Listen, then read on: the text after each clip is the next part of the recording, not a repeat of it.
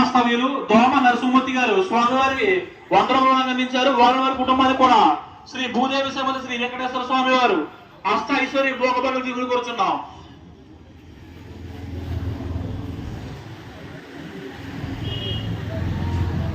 మా ఊర్లో జగ్గన్పేటలో వెంకటేశ్వర స్వామి టెంపుల్ ఉంది. చాలా రోజుల నుంచి ఉంది, కాకపోతే మామూలు విగ్రహాలు ఉన్నాయి.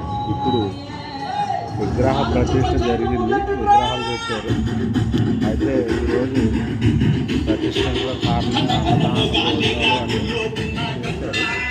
దానివల్ల మిగిలిన వాళ్ళందరూ కూడా భోజనం చేసి అందరూ భగవంతుని రామకృష్ణరాజు గారు స్వామివారికి విరాళ నిమిత్తం 1000 రూపాయలు అందించారండి. వారి కుటుంబానికి కూడా శ్రీ భూదేవి సమేత శ్రీ వెంకటేశ్వర స్వామి వారు అష్ట ఐశ్వర్య భోగభాగ్యాలు దిగులు కోరుచున్నాం.